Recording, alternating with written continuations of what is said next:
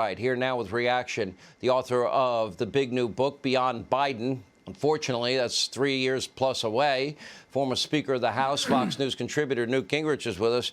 Well, the hypocrisy issue, that's like a T-ball. I'm saying here, hit it out of the park. But I gave you the short list of Democratic officials that are hypocritical here. Here's the thing.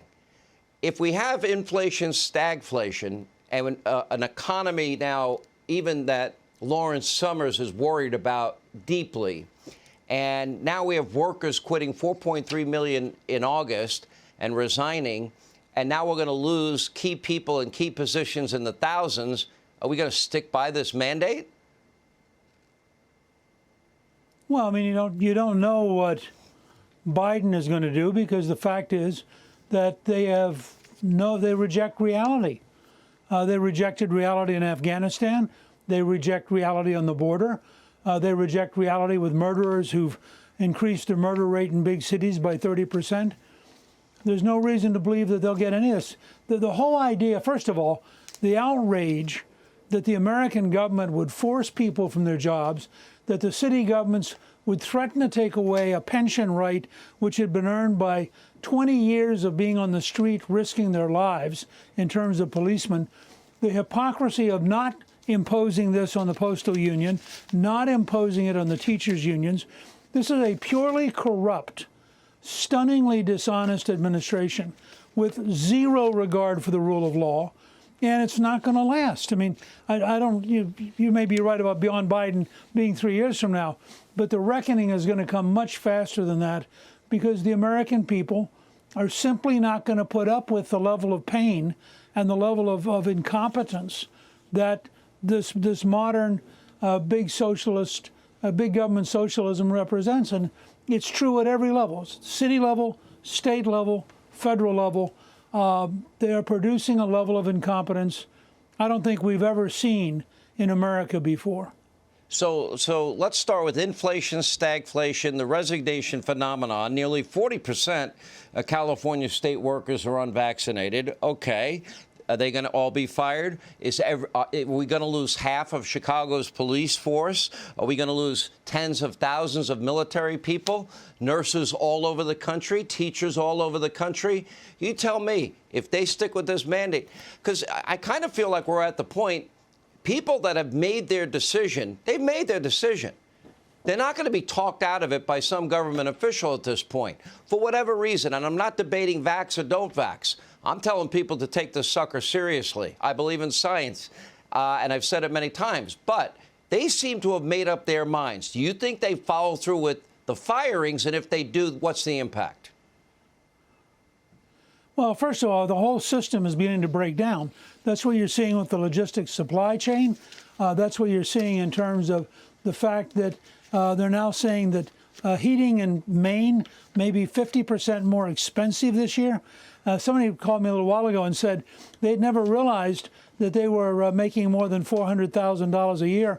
But that must be the case now, because they went to fill their car up with gasoline, and the dramatic Biden inflation tax is so great that even though they actually only make about $70,000 a year, they're sure getting taxed like they were one of those rich people.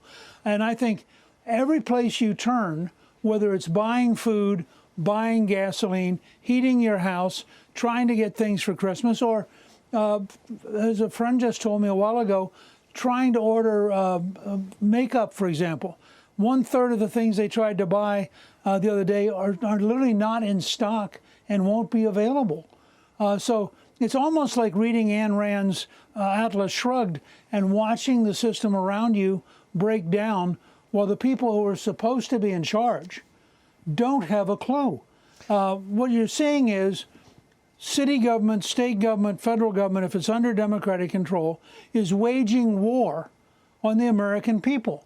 Now, in a free society, if you don't have the Soviet secret police or the Gestapo or the Chinese secret police, if you have to do it in a free society, governments can't wage war against their own people.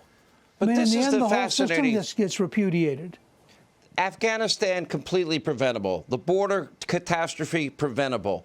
Energy dependence, begging OPEC, completely preventable because we had energy independence. COVID, he had 3 vaccines and a therapeutic, monoclonal antibodies. The economy, they're saying that the supply chain problem is only impacting upper class or high class Americans. We're not FedEx or UPS.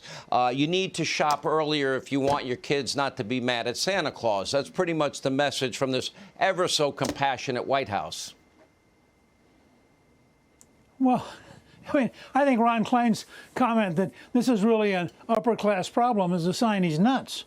The supply chain problem, as I said a while ago, starts to affect the supply of food. It's affecting the supply of natural gas and oil. Heating oil in Maine is going up dramatically.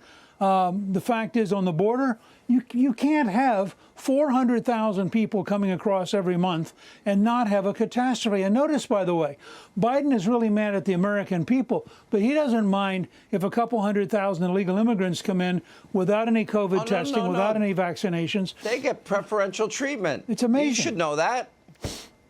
That's Biden's well, America last. You have an American president who favors illegal immigrants while punishing Americans.